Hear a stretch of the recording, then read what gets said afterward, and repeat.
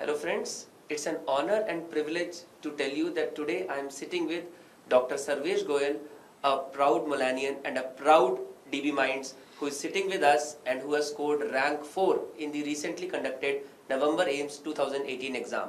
Heartiest congratulations Dr. Sarvesh. Thank you, sir. So how are you feeling at this point of time? I'm feeling fantastic, and it's an amazing feeling for me. I never thought that I will be able to get fourth rank in AIMS exam, and it's like a dream come true for me. But I'm sure that you will be, you were expecting that you will score a single digit rank.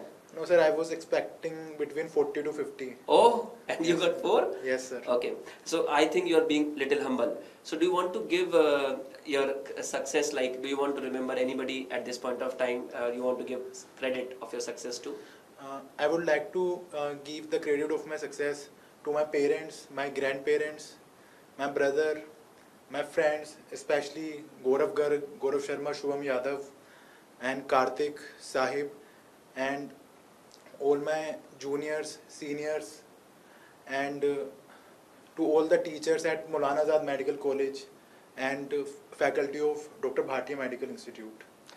Just to inform, thank you very much for that. Just to inform our viewers once again that Dr. Sarvesh Goyal is an intern at Maulana Azad Medical College, and he is in lot of love with his parent college, and he has scored rank 4 in the recently conducted November AIMS 2018 exam.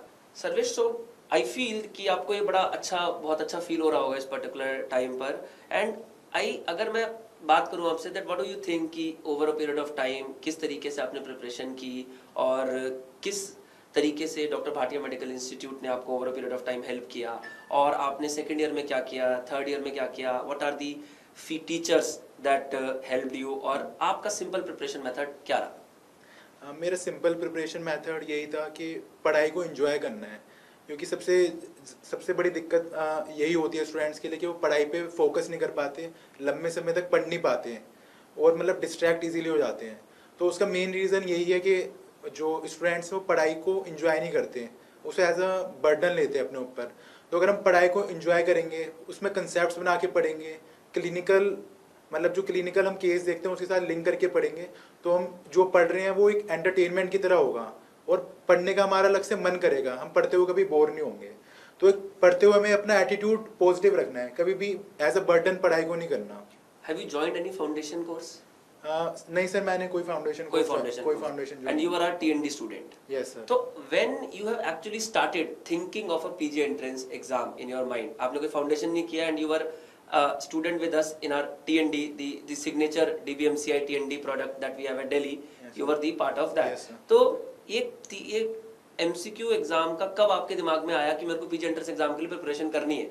सही, मैंने third year के mid में सोचा था कि PG entrance के लिए मुझे प्रिपेयर करना है. Okay. क्योंकि एक मेडिकल स्टूडेंट के लिए एक स्टेप फॉरवर्ड है कि मतलब आपको पीजी एंट्रेंस देना है, उसके बाद ही आप पोस्ट ग्रेजुएशन कर सकते हो. तो थर्ड ईयर के मिड में एम्स की मैंने MCQ बुक्स खरीदता था मैं, जो प्रीवियस ईयर्स आते तो उनको सोल्व करता था, तो देखता था किस पैटर्न पे क्वेश्चन आ रहे हैं. yes. और टेक्स्ट बुक से मैं उन टॉपिक्स पे ज़्यादा फोकस करता था. बाकी मैंने फाउंडेशन कोर्स कोई नहीं करा था, मुझे सेल्फ स्टडी करने का ज़्यादा मन करता था शुरू से ही.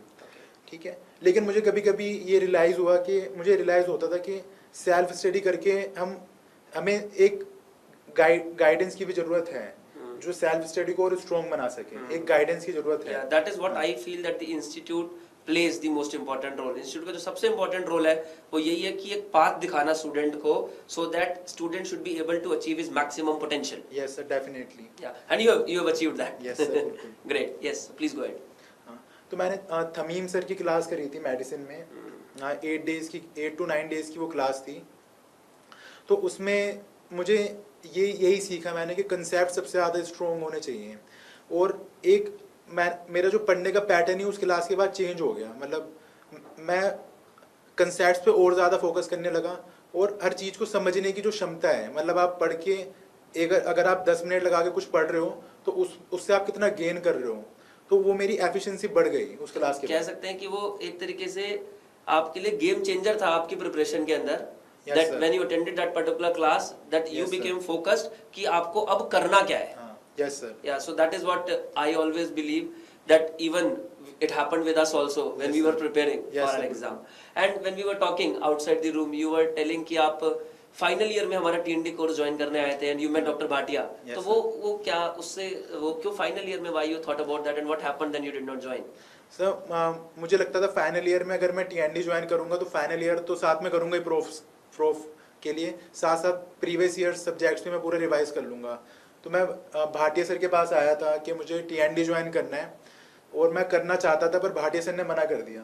Okay. भाटिया सर ने मुझे एडवाइस करी कि टीएनडी अगर तुम अभी ज्वाइन करोगे हमारा तो उससे तुम्हें काफ़ी ज़्यादा नुकसान होगा, तुम्हारा जो फाइनल ईयर के जो कंसेप्ट्स हैं वो नहीं बनेंगे.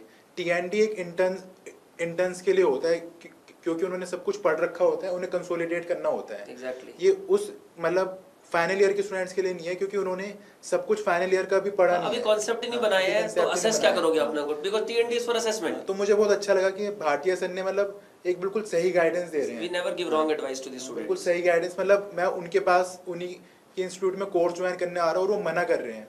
वो ये कह रहे हैं कि अभी मत करो, अगले साल करना, तब तुम्हारा ज्यादा बेनिफिट होगा. And that is what we always do, that we always try to give the best possible course as per the need of the student. Yes sir. It is not like that we have to just fill our batches.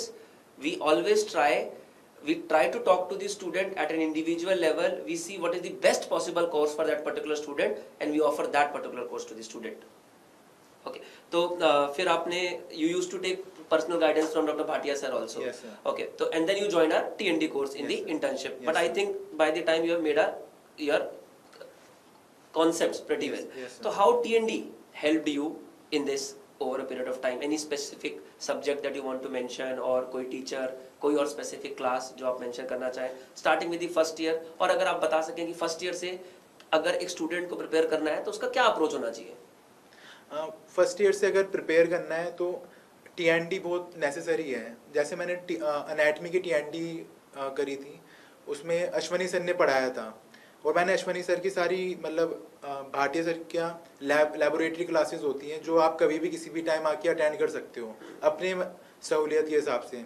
तो उसमें मैंने Ashwani sir का मतलब पूरी अनैटमी की classes करी थी. उसके बाद अश्वनी सर का जो टीएनडी था अनैटमी का वो भी मैंने करा था.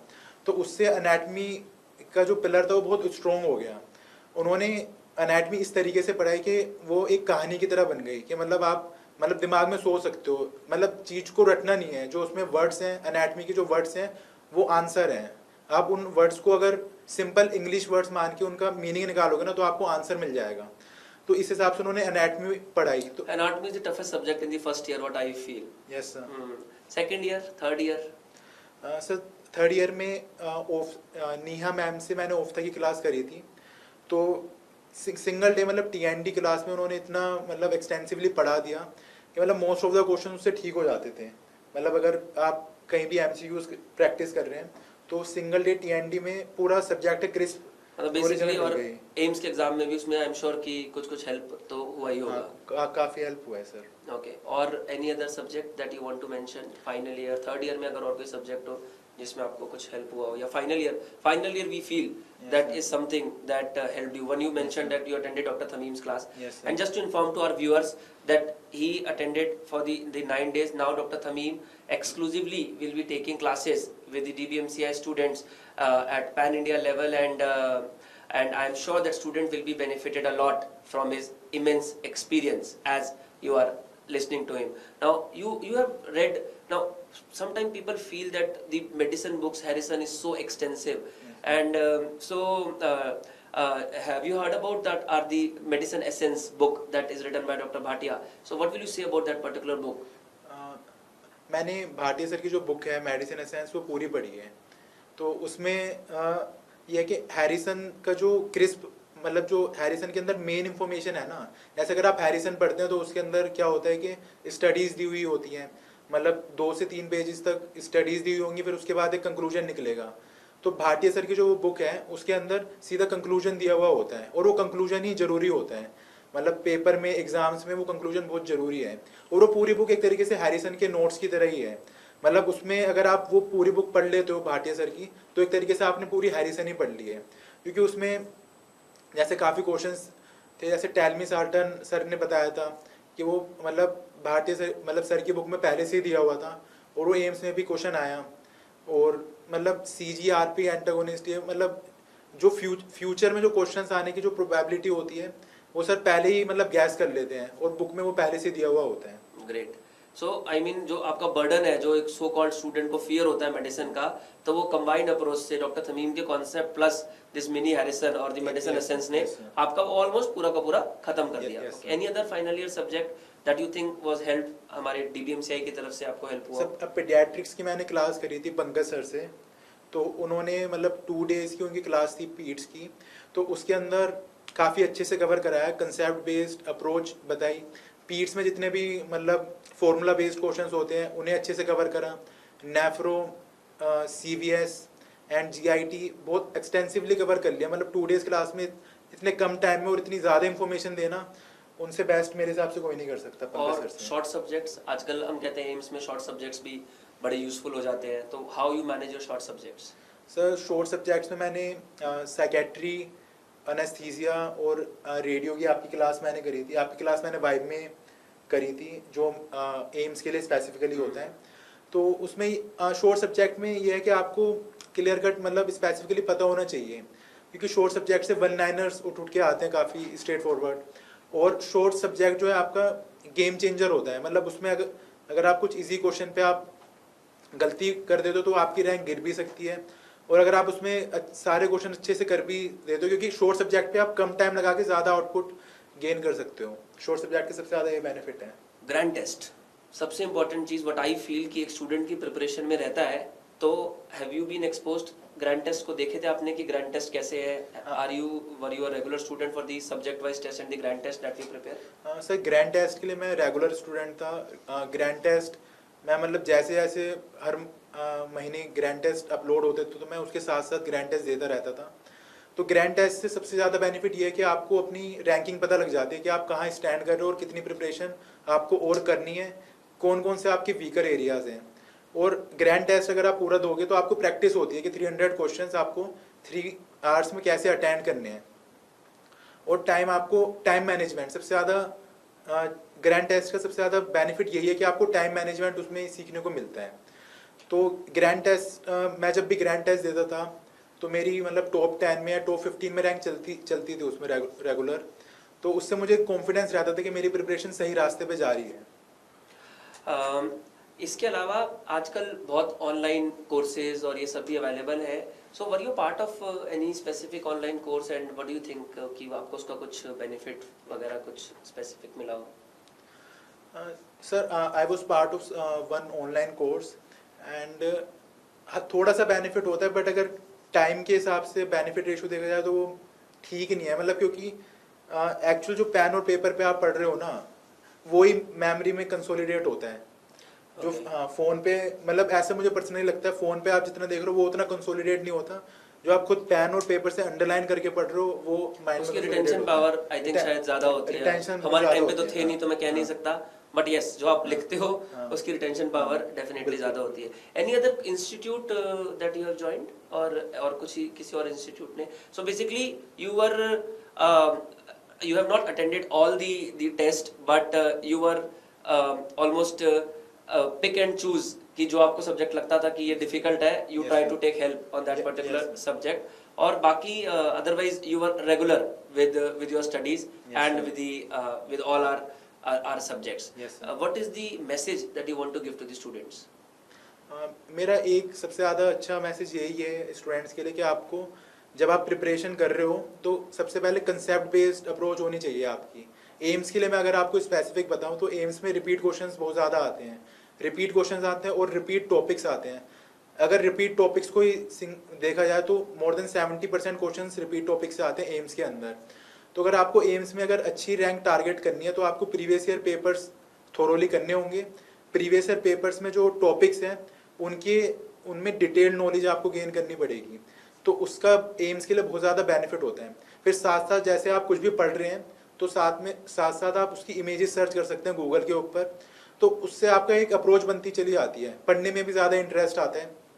दूसरा, अगर आप पढ़ रहे हो तो पढ़ाई को एज ए पर्सनैलिटी बिल्डिंग आपको लेना होगा कि आप पढ़कर अपनी पर्सनैलिटी इंप्रूव कर रहे हो, अपनी नॉलेज इंप्रूव कर रहे हो, और आप केवल एक PG एंट्रेंस को क्लियर करने के लिए नहीं पढ़ रहे, आप पढ़ रहे हो तो देश को आगे ले जाने के लिए पढ़ रहे हो, इसलिए पढ़ रहे हो कि आप अच्छा डॉक्टर बनो, समाज की ज़्यादा अच्छे से सेवा कर पाओ, पेशेंट्स का ज़्यादा अच्छे से भला हो। तो आपका पढ़ाई करने का मोटिव ये होना चाहिए, ना कि पीजी एंट्रेंस क्लियर करना। पीजी एंट्रेंस तो अपने आप ऐड ऑन हो जाएगा और अपने आप क्लियर हो जाएगा if your concepts, if your thought process is right and you are reading with honesty. Yes, मैं भी शायद इस बात में ही पूरा एग्री करता हूँ। Doctor Sarvesh, an honest opinion that do you recommend DBMCI to your juniors and the students who are watching this interview? Yes definitely DBMCI मैं बिल्कुल रिकमेंड करना चाहूँगा। आप अगर DBMCI में एक बार आप आओगे तो आपको अलग ही माहौल लगेगा। मतलब यहाँ का जो मतलब टीचर्स हैं बहुत ज़्यादा फ्रेंडली हैं, बहुत ही मतलब आपको टीचर स्टूडेंट आपको एज अ फ्रेंड रिलेशनशिप लगेगा कि आपके फ्रेंड ही आपको पढ़ा रहे हैं, और मतलब बहुत ही अच्छा इन्वायरमेंट है। आप मतलब जैसे अगर इंस्टीट्यूट के अंदर एंटर करते हो तो हर कोई आपके बिल्कुल हेल्प करने के लिए हमेशा हेल्प करना चाहता है आपकी। लेबोरेटरी फैसिलिटीज़ हैं, कभी भी मतलब आप किसी भी टाइम आकर किसी भी सब्जेक्ट की क्लास कर सकते हो, किसी भी सब्जेक्ट का TND कर सकते हो, तो ये बहुत बड़ा एडवांटेज है। ये बहुत बड़ा एडवांटेज है। Thank you for the appreciation, and once again congratulations on your big achievement. The entire DBMCI team is proud of your achievement, and this is once again Dr. Sarvesh Goyal, who has scored rank 4 in the November AIMS 2018. Okay, thank you very much.